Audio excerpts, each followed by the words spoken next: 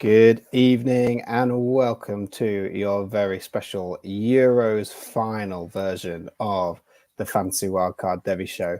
Now, I have to say the only Euro special scenario is that we are currently missing the second half of the cracking Spain v France game as we bring this to you in order to ensure that all of us can watch the boring disappointment that comes tomorrow with England and Holland. Of course, obviously hoping I am proved completely incorrect. But here we go. We sacrificed exciting football to bring you Devy goodness and bring ourselves a bit of pain on Wednesday night.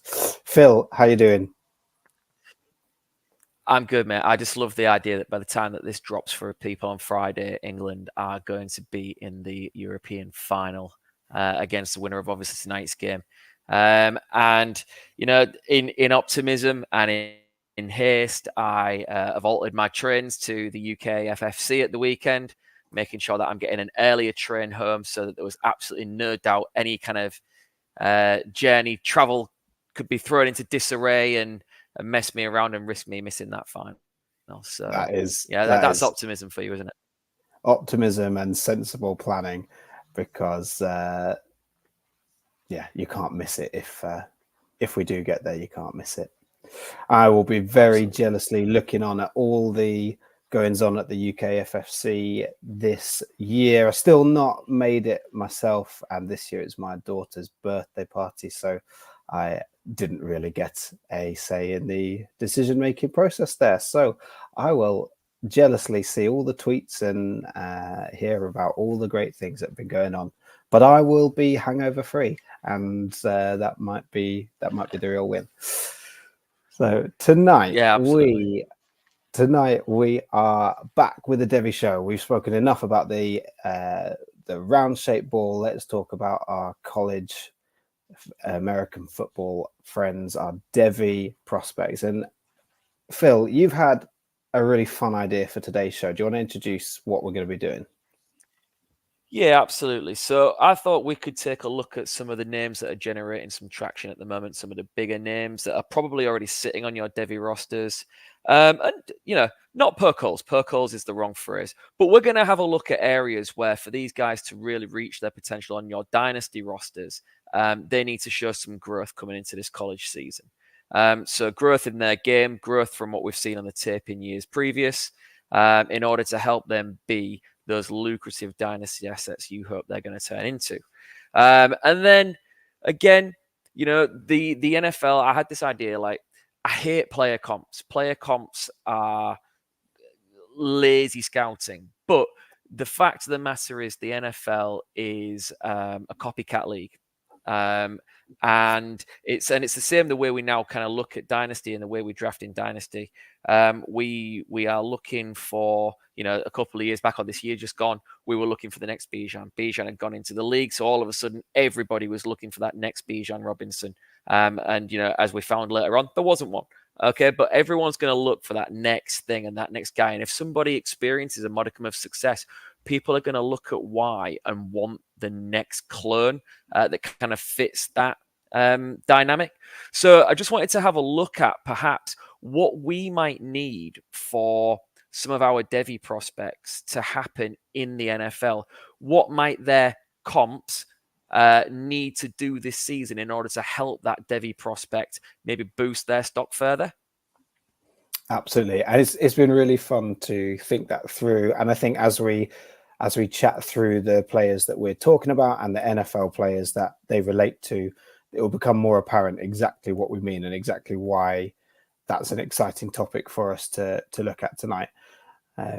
So we have called this our 2025 Hypotheticals, because we're looking at what some players need in order to thrive in the 2025 NFL draft, and also what they might need from the 2024 class in order, not the 2024 class, the 2024 NFL season, in order for their 2025 to be as glittering as they hope it may be.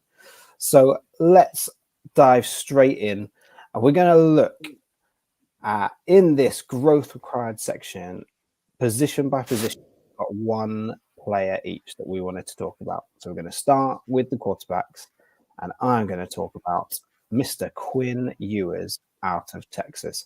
So the question here really is, what do we need to see from Quinn Ewers for him to live up to the Devy hype that maybe isn't actually where he's at right now, but where he certainly was when he first came into the college football realm as the perfect recruit. He came in with a 100 rating, an absolutely perfect rating going to Ohio State, and obviously didn't play any games, picked up his nil package, and went over to Texas and took the starting job, and maybe hasn't lived up quite to that hype.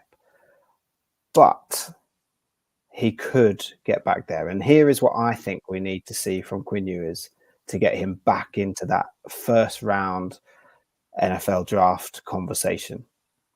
So I'm headlining it as footwork on deep passes.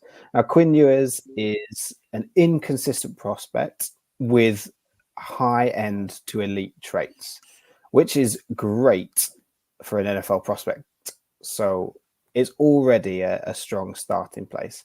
He's got brilliant arm strength and a quick release, and he's got really good elasticity in his arms, so he can throw from lots of different angles.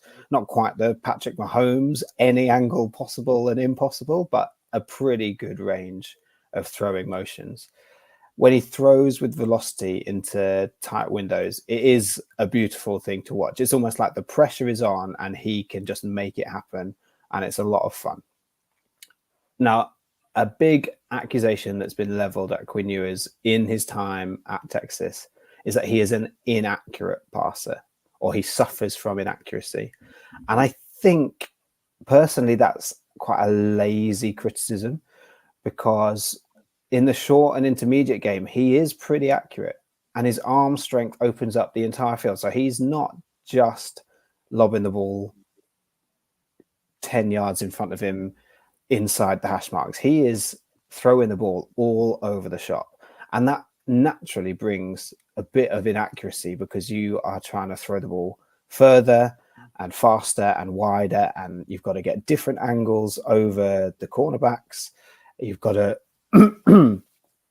you've got to lead your receivers open in a variety of different routes. And I think so naturally your accuracy is going to come down when you are throwing the ball to such a wide, it's like a route tree or passing tree that Quinn Ewers is throwing to.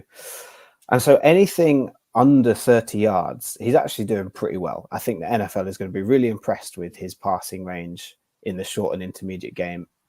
The problem comes when he tries to throw the deep ball, and it's not all deep ball throws, because we saw, especially in his kind of breakout game against Alabama, that he can throw a really beautiful deep pass. He can drop that rainbow pass into the bucket of a receiver, giving the defensive backs absolutely no chance. So it's not the skill of throwing the pass. For me, it's a combination of sloppy footwork and a wild release. Now, I've said he's got a quick release, but that doesn't mean it's always accurate or helpful for him. And with the deep pass, I really want to see Quinn Ewers set his feet as well as he does for the short and intermediate throws that he makes, because it's that discipline that will help him have the platform to zip those passes deep and arc those passes deep and get the touch on the throws, because the inaccuracy is actually almost him rushing his passing motion. His throwing technique is off on those deep throws. He can make those throws. It's almost like a quarterback it's interesting for me, because quarterbacks almost want to throw on a metronome. They want to be completely in rhythm and know exactly how many steps they're going to take, when they're going to set their feet, and therefore how long they've got to throw the ball. But they don't want to think about any of it. You want it to be a completely natural motion that they don't even have to think about. And that's what I want to see Quinn Ewers do that on the deep pass, or when he's throwing the ball deep, so that he can play less backyard football, throwing it because he's seen somebody open. If he can get himself set properly, he can throw the ball properly, and that will really elevate him back into that top of the first round NFL draft conversation. That makes complete sense. I mean, we've long known about the talent. I think it's interesting that I think there was a perception of him as a recruit, like you say, the perfect 100, the mullet, the early enrolling at Ohio State. He actually reclassified and went to college early as well. And then I think there was, he was like the first kind of big nil kind of influencer, so to speak, almost. And I think there was a perception of him as, fly by the seat of his pants. Was he cocky? Was he arrogant? Actually, I think you've seen he's quite a hard-working young prospect, and he's in a good situation this year in Texas. They've definitely helped him out with restocking his receiver room and giving him talent to work with. And yeah, I certainly think the sky is the limit for him as a prospect. Like if he puts it all together, it's just like you say, where those inconsistencies lie in the footwork will need tidying up in order to help him make the most of that potential, without a shadow of a doubt, mate. I agree. Great. We are on the same page. That is good to know. Phil did not check over my homework before the show. So this is genuine minds coming together on one track. Absolutely. Love Phil, it when that happens. Who is your quarterback that needs to tighten up somewhere? Yeah, so I thought I'd keep it close to home and talk about what I know best, and that's Alabama football. So I'm going to talk about Jalen Milroe. Obviously, won the job last year, but it wasn't without its moments. He was benched early on in week 3 last year, and we realized that the other options, Ty Simpson, wasn't quite ready, and sooner rather than later, Jalen Milroe was back in the side. And listen, you want to talk about potential. This guy has got outstanding physical traits. He is, right now, I think it is definitely fair to say he's a better runner than a passer. However, we've seen lots of college quarterbacks entering what should project to be their final season in college football in similar situations. But they've been able to piece those missing bits together to turn themselves from kind of unearthed gems into polished diamonds. And that's the project now for Jalen Milroe this year. He's got a big arm, but very inconsistent ball placement. And a lot of that, again, is to do with lower body mechanics. He really needs to do a better job of, again, setting his feet and putting that behind his throw.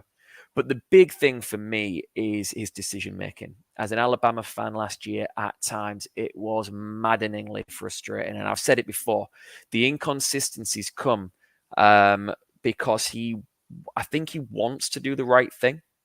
I think he wants to read his progressions and look downfield and go through his movements. But as he does that, he seems to lose all internal body clock and loses any feel of the incoming rush. Now, you're watching it on a TV screen and you're going, yeah, there's the guy coming, mate. Anytime you want to set your feet, anytime you want to move, come on, anytime, right? That window's gone now. That passing lane's gone. Move.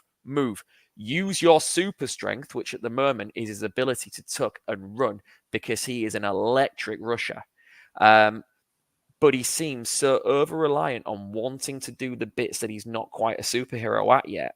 And it's becoming his undoing. He's taking far too many hits and unnecessary sacks because he's not feeling that pressure in the pocket and knowing when to move out and actually just tuck the ball and go.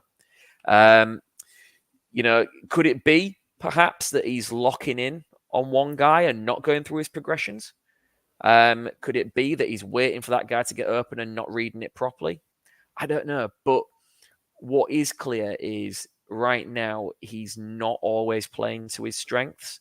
So this year it's got to be one of two things. It's got to be he does a better job of keeping his head on a swivel, reading his progressions quickly, and if he doesn't see it coming or he feels that impending rush, escape in the pocket, like we saw Caleb do. Now, comparing him to Caleb Williams is stupid. They're nowhere near the same type of prospect.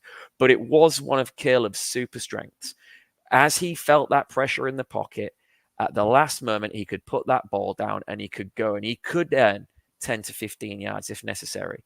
Jalen Milroe won't just get you 15 if he does that well. He'll get you 25, he'll get you 30. But right now, he just seems reluctant to do it. So that is the big area where he needs to improve. Yeah, it really feels like he is sacrificing his strengths to try and work on what maybe the media have decided are his weaknesses in last season. And like you say, his rushing upside is huge, but he's not even utilizing those skill sets to find himself more time in the pocket when the rush comes. He just stays there. He just looks lost. It looks lost. It looks like he's waiting. Oh no, I've taken the sack. You know, there's not even, here it comes, right, I best get this ball away, and taking a cheap incompletion. You know, there were times last year in big games, big moments, the national championship game, I would have loved to have seen him just take an incompletion. You know, lose the down, don't lose the yards. And he just didn't always have that process in there, it felt like. So yeah, big things upstairs to match the elite physical traits that he's got as an athlete. Yes, absolutely. And it will be really interesting to see how a change in head coach and change in wide receiver room affect his development. I think we've seen Michael Penix as an incredibly almost polar opposite style quarterback to Jalen Milroe.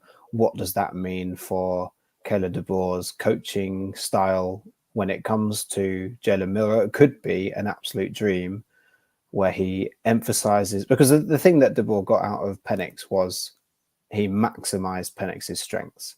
He was good at going through his progressions and holding onto the ball and throwing pretty deep.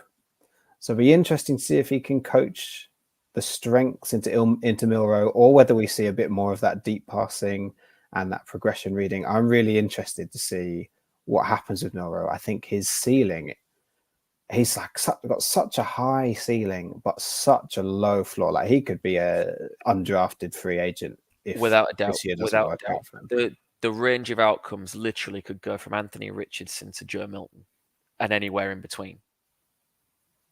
Maybe he is this year's Anthony Richardson / Joe Milton, because both of them had those exact questions going into their final year, and one has soared and one has ended up at the Patriots throwing oranges at crossbars.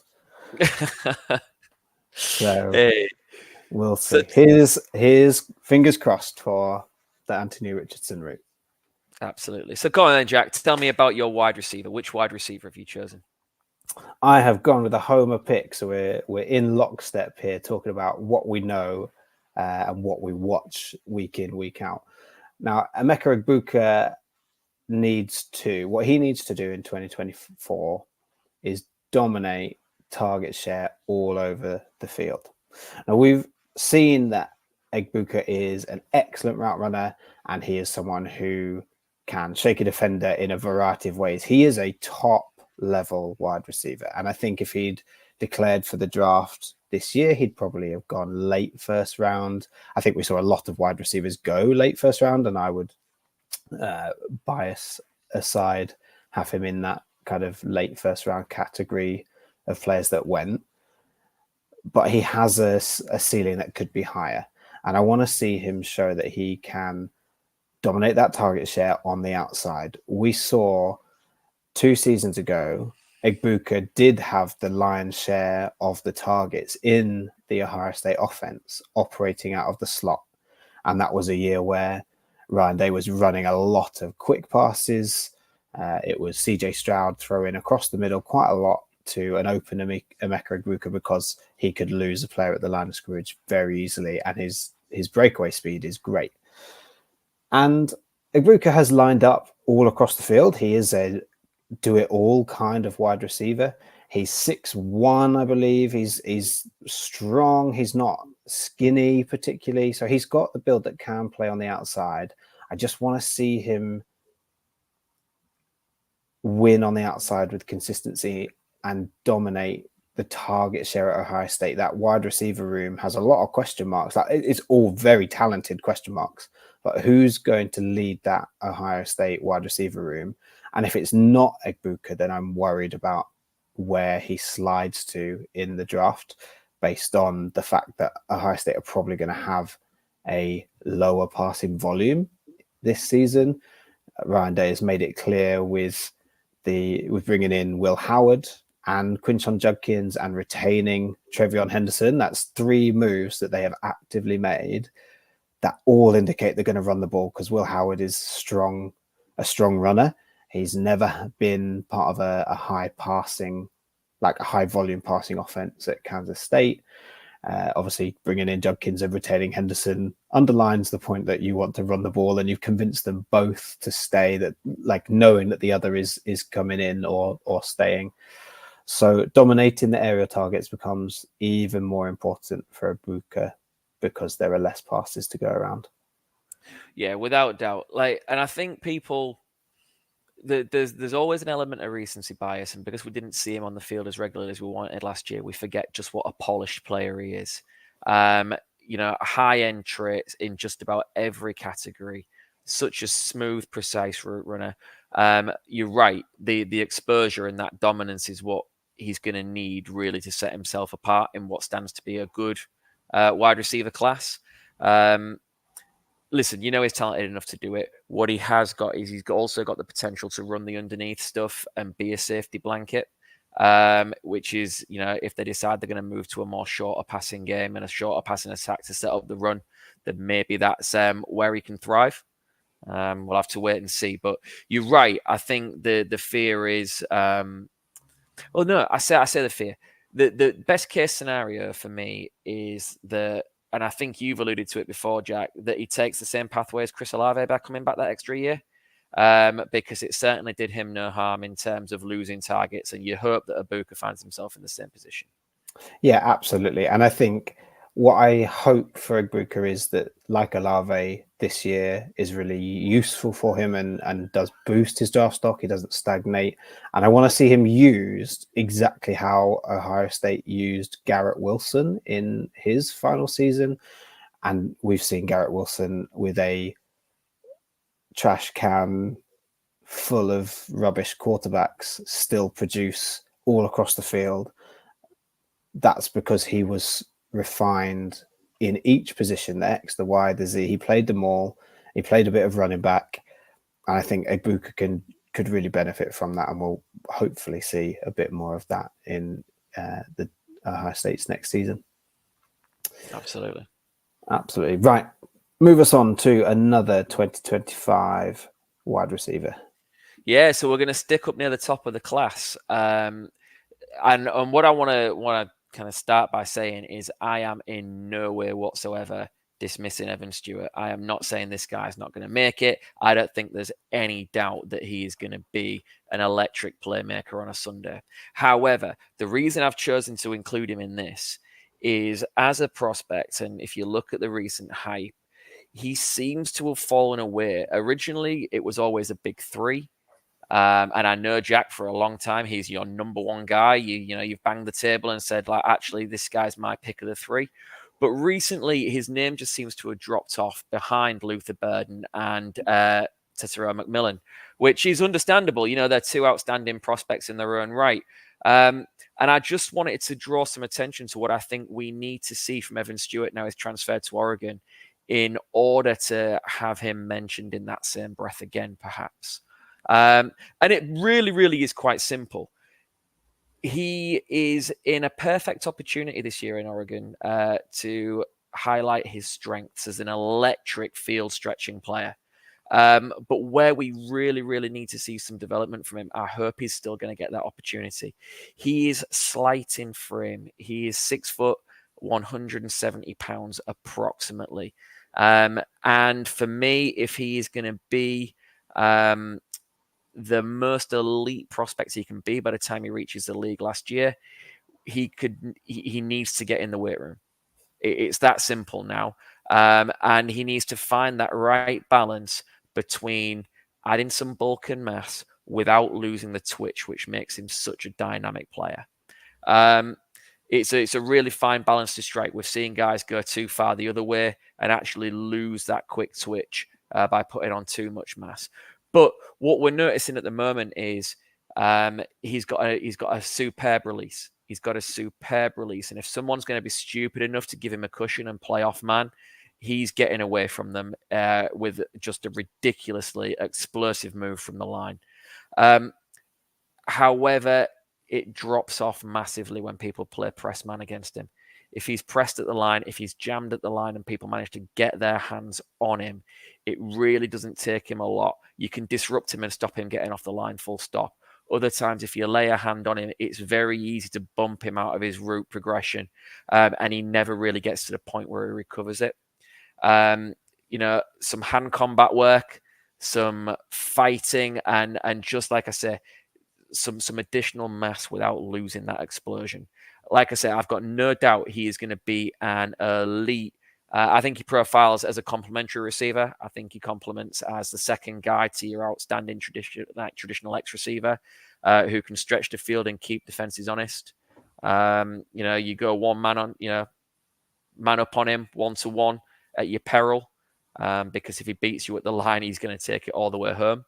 But yeah, I just think I want him to be spoken about by the time the draft comes round next time. Like I'm looking at some way too early 25 mocks at the moment that have got him slipping out the first round, and I don't think a player of that caliber deserves that at all.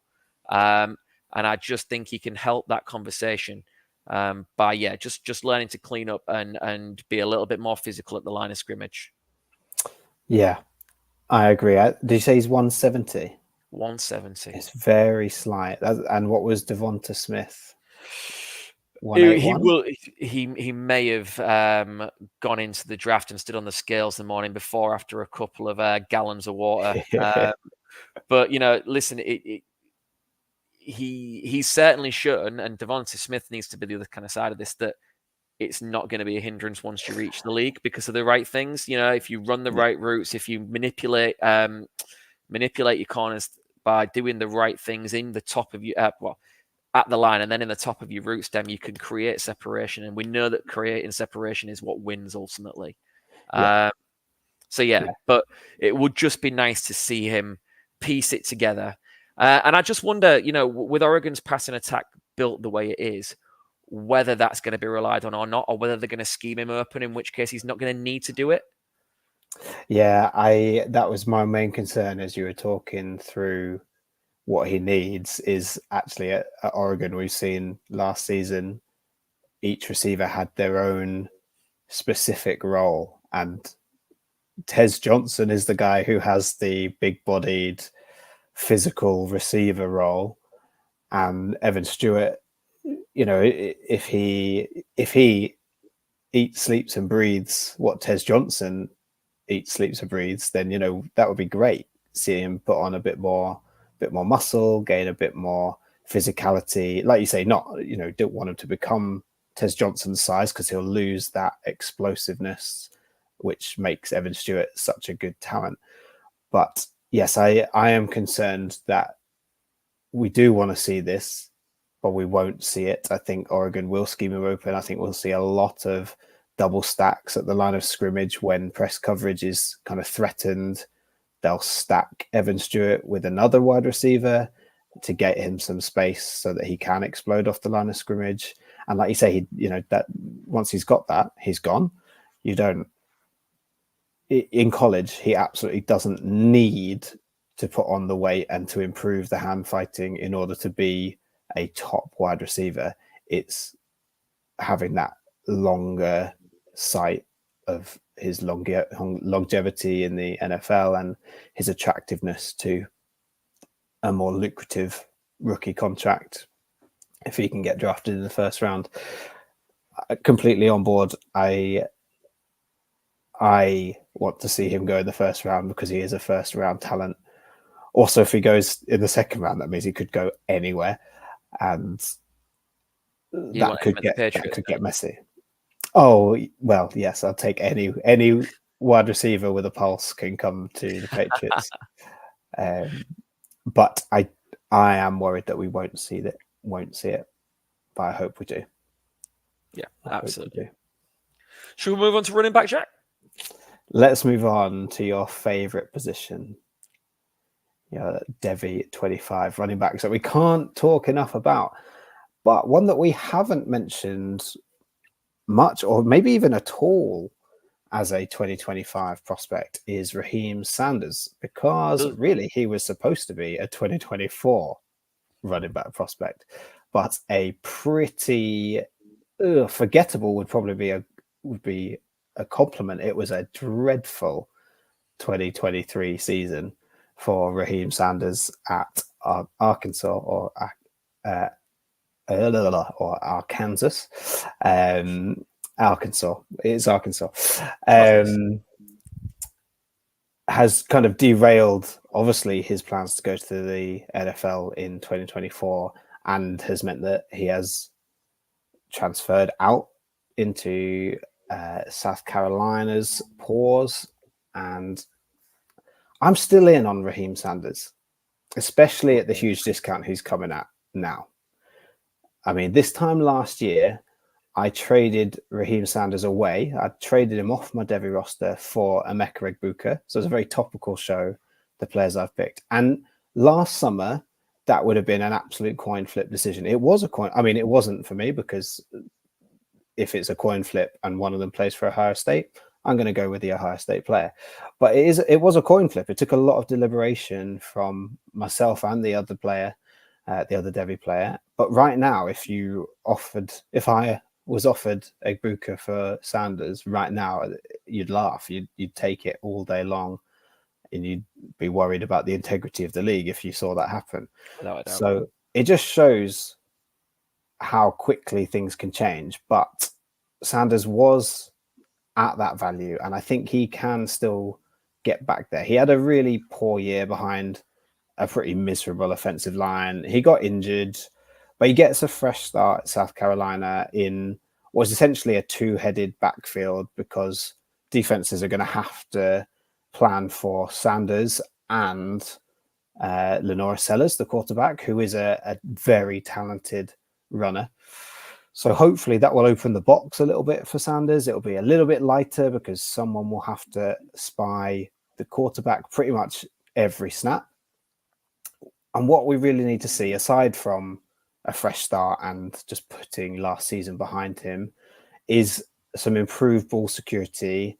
And for the NFL, for Devy, we want to see the running backs catch the ball. And he just didn't get that at Arkansas. He did not show any kind of route running ability because they didn't ask him to do it whatsoever. They ran, I mean, I guess he's coming from a two-headed backfield where him and KJ Jefferson basically were the offense. But I'd like to see it with a little bit of variety as he goes to South Carolina. Now, I don't know if it's another situation where I don't know if that will happen for Sanders. I would like to see it, but you can't really, there's no room for him to regress in his route running because he showed us nothing. The only passes he has caught have been dump offs. He hasn't shown us any kind of ability to route run, but he's not shown us that he can't do it either. If the double negative can turn into a positive, which isn't usually the rule, but that's what we need to see from him. He needs to elevate himself back up the board because it is a loaded 2025 running back class. And the other side of that is his fumbles need to just be eradicated. He's 6 fumbles in 3 years isn't disastrous, but when you look at the number of games he played in his freshman season and the number of games he played last season, it's not 3 full seasons. So it's 6 fumbles in 2 and a bit seasons, which is a bit more concerning. And if you have a fumbling problem, the NFL is going to red mark you and you're not going to be picked up. So he almost doesn't have any leeway. Like, he could probably afford 1 fumble on the year that isn't his fault as well. That would be good if that fumble came out of nowhere and he couldn't do anything about it. Because fumbles are the death of a running back prospect. The risk for an NFL team is just too high. You can't put the ball on the ground. So Yeah, that's what I want to see. That's what I want to see. Sanders hasn't proven that he can hold on to the ball well enough, and he hasn't shown that he can even run a trunk, let alone an entire route tree. So let's see a bit more. So obviously, you've said you're not out on him. Can we bring forward a game of keep, hold, acquire? We can. Keep, sell, acquire. What would you do with him right now if he's set on your roster, Jack? I am acquiring Raheem Sanders right now because I still believe in the physical attributes. I still believe in the NFL upside way more than I believe in the price drop. So it's a price only acquire, based only on the price. I've got to buy him. He hasn't shown me more as a talent, but his price has dropped so low. He's a throw-in. He's a throw-in into a deal. There you go. All right. So if you are looking at a Devy trade at the moment and the owner also has Raheem Sanders on their roster, can you get him as part of the deal as a throw-in that will, hopefully stand you to make long-term profit? There you go. Brilliant, Jack. Thank you. So I thought I would have a look at another guy that's highly touted in this class. I'm going to keep it again at the top end of the pile. Some people have him anywhere between 1 and 5 in the top 5 backs in this group. I'm going to talk about Amarion Hampton at North Carolina. And again, just the caveat on this is I think people will be looking and saying, well, what's he got to improve? He really broke out last year. Yeah, he did. He had a lot. He had a really big breakout season. But this is about the growth that we want to see in order to help those prospects really become locks on a dynasty roster and in the league. And I agree, he was highly productive. Highly productive. He ran for over 1,500 yards last year and 15 touchdowns in, a somewhat juggernaut of a Tar Heels offense led by Drake May. He really was the kind of counterfoil. If it wasn't Drake May with his arm, it was Amarion Hampton with his legs.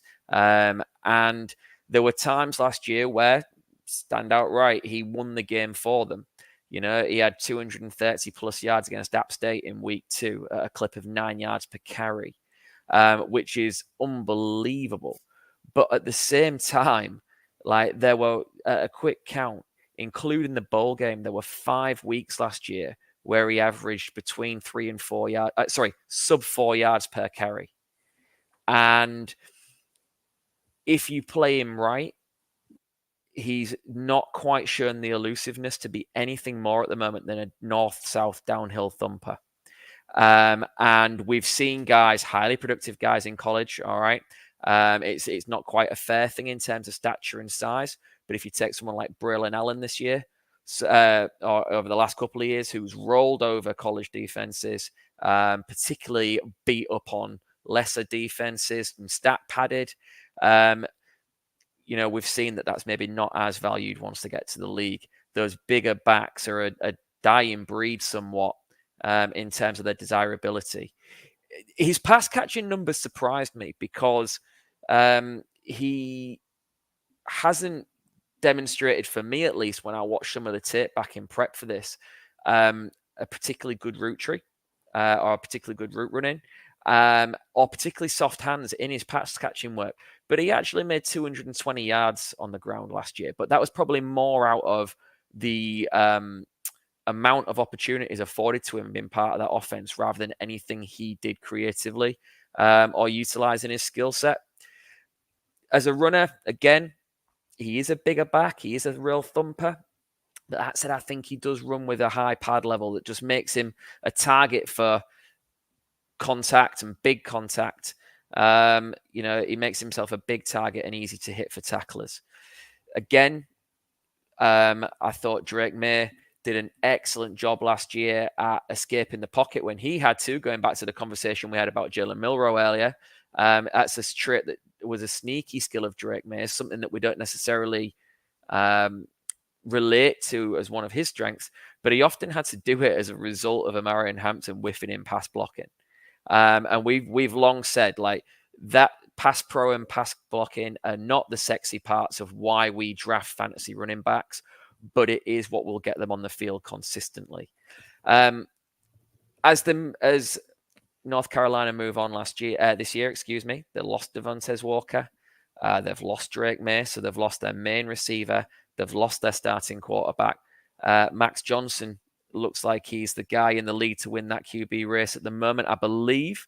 And I just get a feeling Amarian Hampton is going to be asked to do an awful lot again. And so it's just a plea now. Okay. I believe that we've got the potential to see the growth, but don't let highly inflated stats back up what you see on the tape if you don't see the growth in those areas. Yeah, I love it. A great breakdown of Amarian Hampton. And that comment about like running upright, his pad level is high. It is so true. He's a big guy. So it's not hard to find him on tape, but he makes it really easy to see him on tape because he never gets skinny. He is upright and running at people all the time. And I think, like you said, that I think his receiving stats are inflated. I think he had a 60, 65 yard reception at some point off a dump off that, like you say, wasn't his doing. It was more a slip from the linebacker that was supposed to be covering him. So yeah, I'd love to see more passing work. It feels like we've got a lot of statistics there, but he's still in that same camp of someone who's not really shown it. I guess very similar to Raheem Sanders, he's not shown it, but he's also not had the dump off opportunities. So, without doubt. But I do really like Amarian Hampton as a prospect. He's a lot of fun to watch. He's great, and watching him run over some ACC defenses last year and bully the next generation of car salesmen was absolutely great fun to watch. But we've seen how many times has it shown we take a chance on a guy who stat padded in college and he got to the pros and couldn't keep a job. I certainly think he's more talented than that. And, I just hope we see the growth in what will help him fulfill a role as a 3-down back at the next level. Yeah. And I'm really encouraged by the fact that he inherited, or he came into what was a thunder and lightning backfield. We mentioned this on the last podcast about Carter and Williams were the thunder and lightning. And we really thought that Hampton would be that, but he would only have a part-time role in this backfield, but he really has won it and made it his own in a competitive backfield. There were kind of 3 running backs that were vying for the job or a job in that backfield, but he's really taken it over. So I think I'm encouraged by that. I'm encouraged by the way that he's won out at college. So it's not just that he's beating up on bad defenses. He has beaten out other talented running backs, which is a good thing for your Devy hopes for Amarian Hampton. I certainly have enough shares of him to be fully on the train that hopes to see him improve some of these things, especially that pass blocking, because it doesn't matter. All the things that I've just said don't matter if he can't get on the field because he can't protect the quarterback. Absolutely. Well, there you have it. There you have our 2025 growth required class. Well, maybe we should keep tabs on each of these throughout the season and see how we're getting on kind of halfway through, and then towards the end of the season see whether our students have learned what we've asked them to and put it on tape. Yep, certainly. Fab.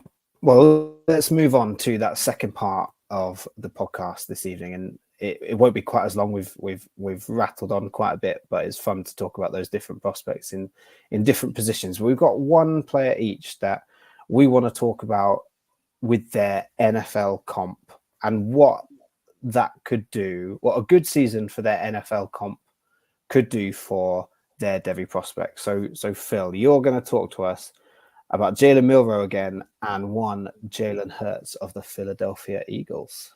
Yeah, thanks, Jack. So when I was looking at this, like I said earlier, comps can make lazy scouting. But what I want to talk about here is, just to clarify for a moment, I am not saying that Jalen Hurts. I'm not saying that Jalen Milroe is now a direct correlation in terms of playing style and performance to Jalen Hurts. That'd be stupid. Jalen Hurts is a quarterback who outright won a job against an established starter and has led a team agonizingly close to winning a Super Bowl from Patrick Mahomes, which, as we're seeing now, is absolutely no mean feat. However, I do think a big bounce back year from Jalen Hurts will help Jalen Milroe's stock massively. Obviously, Jalen Hurts, after getting to the Super Bowl in 2022, took a bit of a step back this year. Perhaps not from a fantasy point of view. From a fantasy point of view, I think he scored as well as anybody. Depending on your scoring format, he was probably in the top 3 QBs.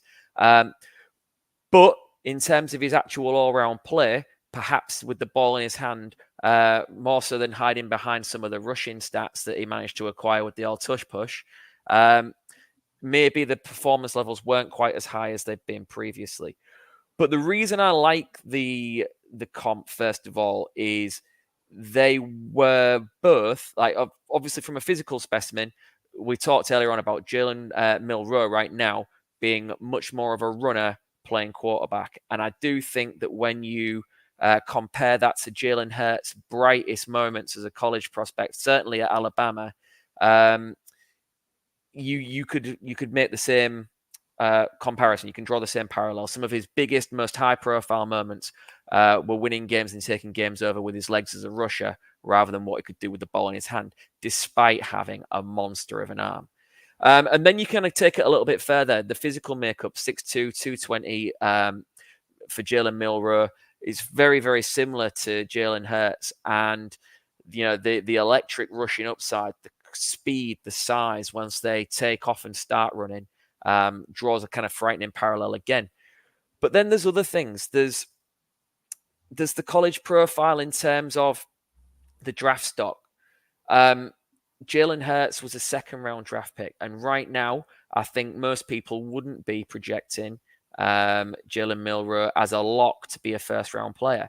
Jalen Hurts went to the Eagles in the second round. And again, people questioned that decision.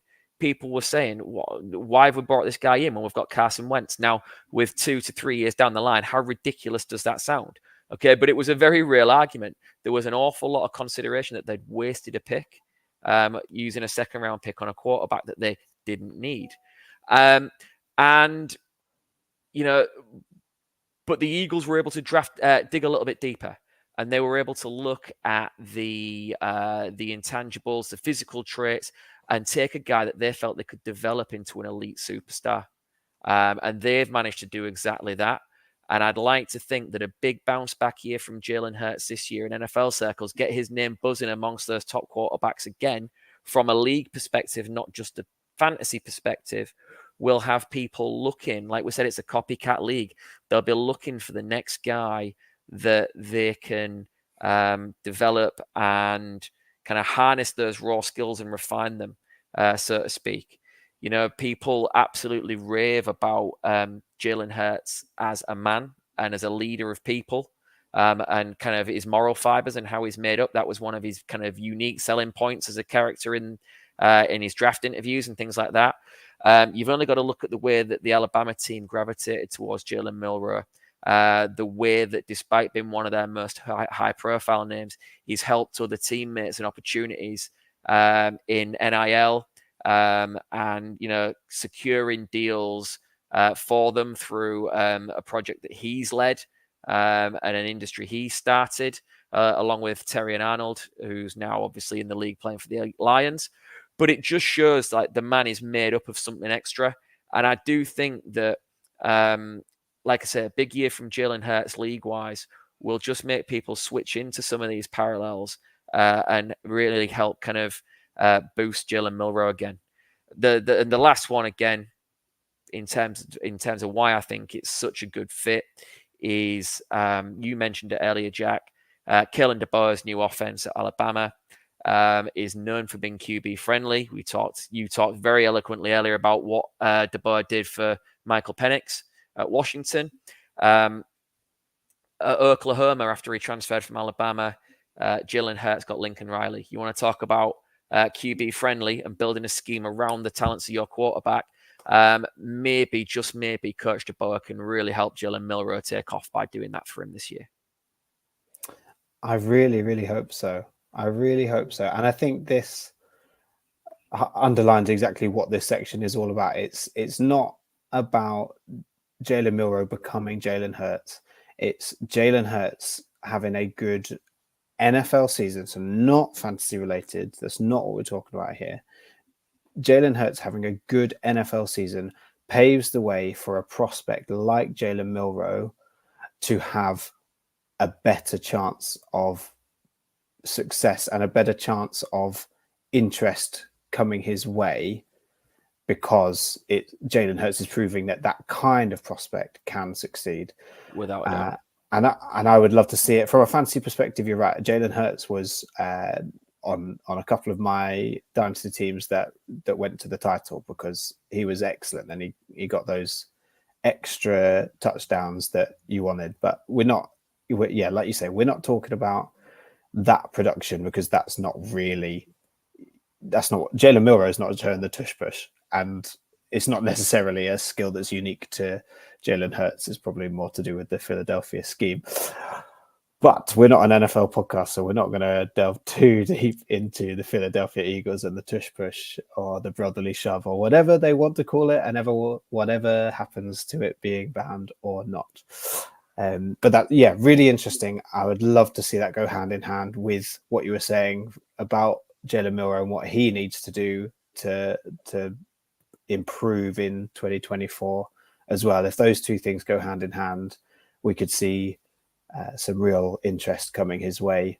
That's it. And, just to put the Devy spin back on it, Jack, like ultimately the draft capital is what allures you to a dynasty pick or a Devy pick. So if you've got him now as a Devy prospect, you want Jalen Hurts to have that good season. You want Jalen Hurts to put Jalen Milroe in the best light possible, so a side takes a chance on him. Because what you need is a side to take a chance on the talent, and that talent be on an NFL roster with a legitimate chance of starting for you to go and win games with that player. Or trade him, or do whatever you want to do, but make him a lucrative asset for your team. Yeah, absolutely. It was really interesting. As you were talking, I was just thinking, where could someone like Jalen Milroe go where he can develop like Jalen Hurts did, and where he can grow, but also that he'll be really wanted? And I was just thinking, you mentioned Terrion Arnold in Detroit. If Jalen Milroe has that kind of season and is still, I think it's quite likely that he's still not going to be NFL starter ready. Can he go somewhere and, like Detroit, under Dan Campbell, who absolutely will love that leadership quality, all those intangible traits that are off the field, and coach him behind Jared Goff, whose big sparkling contract will be in its third season by the time Jalen Milroe is ready to start in the NFL. I've taken the 2025 hypotheticals and I've pushed it down the road to 2026, 2027, but it would be fun to watch. Absolutely. They have obviously taken Hendon Hooker, so we'll see how that works out and whether they need him, but it would be interesting nonetheless.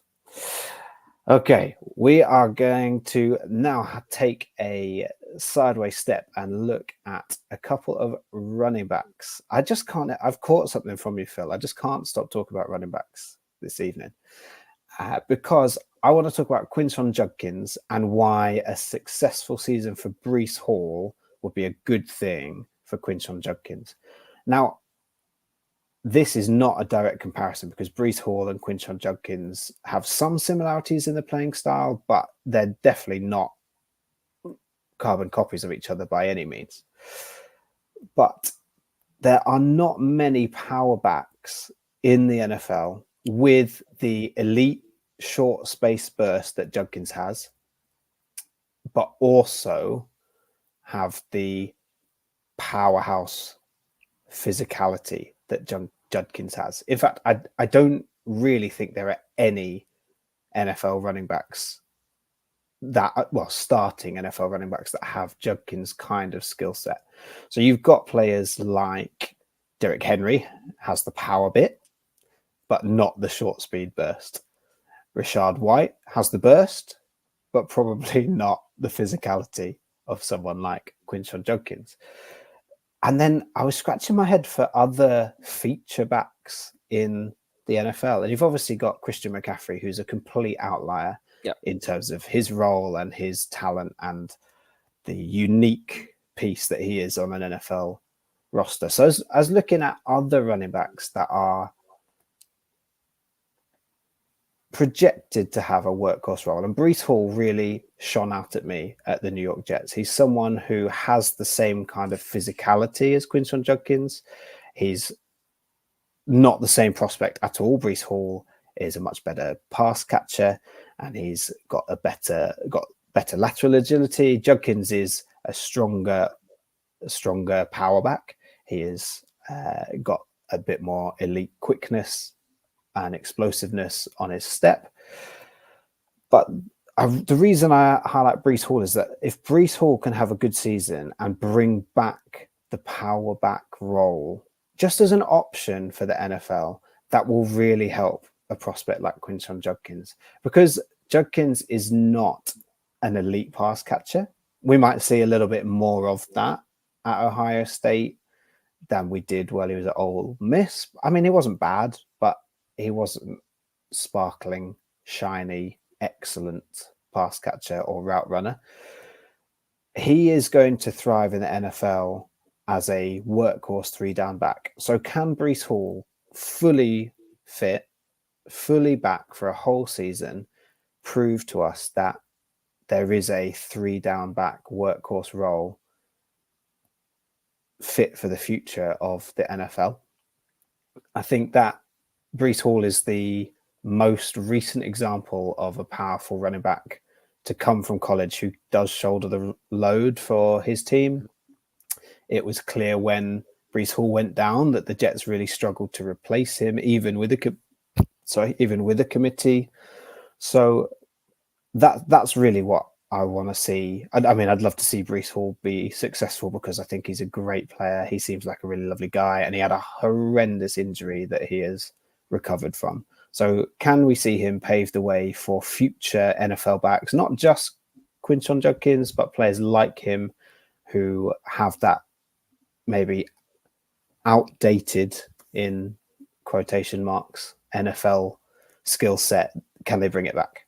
Yeah, no, mate, like if they bring it back, if Breece Hall goes on to do exactly what you've described there, then I am in a good position because I have far too much Quinshon Judkins. And I will be laughing all the way to the bank. So yeah, fingers crossed. Fingers crossed. What do you think, Jack? Have we got time for a game of Sell, Keep, Acquire? Oh yeah, and we're going around 2 because we've already had a slight game, haven't we? So Phil, you tell me, who is on your dock today? Okay, so I am going off the beaten path. We have spoken a lot this evening about some rather high-profile names that everyone will be well aware of.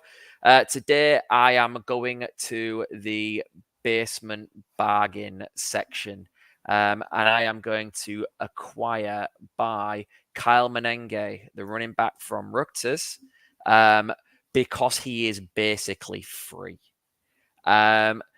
I guarantee you, if you've still got a Devy draft coming up and you don't know how to spend that last round pick, I all but guarantee you he'll be available. Have a punt. He's just a name. I mentioned him for you, Jack, in your MOT rebuild as a name you might want to target. I know you don't like drafting Devy running backs, and you'd prefer to pick them up in a depleted rookie draft. He will be in an awful lot of depleted rookie drafts, and I just get the feeling that he is going to be higher and higher up those boards if he has a good season this season. He is 5'9", 207, so he's a small running back. He was the Big Ten's leading rusher last year with over 1,200 yards. Exceptional vision and patience to find creases in a defense, and a powerful lower body. His feet just keep churning and turning over. Reliable hands. We talk about wanting that pass catching exposure. I think rather than being an elite route runner out of the backfield, he's just exactly that. He's a reliable set of hands, and I think he'll prove to be a really, really good safety valve as a check down target. I think he stands to be a PPR, sneaky point scorer in that kind of sense. He lacks elite speed and size, which is why he's probably not already been drafted in your Devy drafts. And it may kind of limit his effectiveness in short-term yardage situations. But if you want to talk about a guy, we're always looking for those guys in your depleted rookie drafts who can outperform their draft slot. He, a good year, and you'll see him go round 4, I'd say, in the NFL draft. But you've just seen how the right situation this year for a guy drafted on day 3 can fall right. If you take a look at Ray Davis, for example, landing at Buffalo. I think Menenge is a guy who could be a valuable part of an NFL backfield, probably a committee, but well outperform that draft stock. So if you don't know how to spend your last round Devy pick, you're looking at your board and you're a bit fed up at what's there, take a flyer on him because I get the feeling he'll cost you more further down the line. Yeah, and that Ray Davis comparison is perfect in terms of profitability. You take him with a last round pick in your Devy draft, and when he's drafted on day 2 or even day 3, you can look to sell him if he's in the right backfield, if he's drafted to the right place. Yeah, absolutely. I mean, I just look like Amarion Hampton is clearly a more talented, sought after Devy running back, but right now at cost, given the questions we've already raised, I think I'd rather spend that likely 2025 first round Devy pick on a wide receiver, a quarterback, okay, and not Amarion Hampton, and pick up Menenge in the 5th round, final round of my Devy draft. Yeah, it's all about the profit, isn't it? Even if you don't sell them, it's about the theoretical profit for your dynasty team. And Manungai is someone who has really elevated the Rutgers offense. Like, Rutgers were an absolute laughing stock of the Big Ten 3 years ago, and I mean, it's not just Manungai, the head coach, and there's been a lot of great influence there at Rutgers, and they have kind of gone from the whipping boys to everybody's favorite second team in the Big Ten, mine included. So Manungai has been great for my college fantasy football teams because he is the star of that offense. So again, you're looking at someone who's going to put up some statistics. He's going to be a focal point of the offense. He's going to impress scouts because he's going to be the guy that shines from tape when they look at Rutgers, or when they go and watch Rutgers play, or when they go watch somebody else play that happened to be playing Rutgers. They'll see Manungai on the other side of the field. So I love that. I love that shout. My what have I said? I've got Devin Neal as my acquire for a very similar reason, in that his profitability, his possibility of profitability, that's a mouthful, isn't it? Is high. He is in that top tier of 2025 running backs for me, but he has slipped right to the bottom based on ADP. He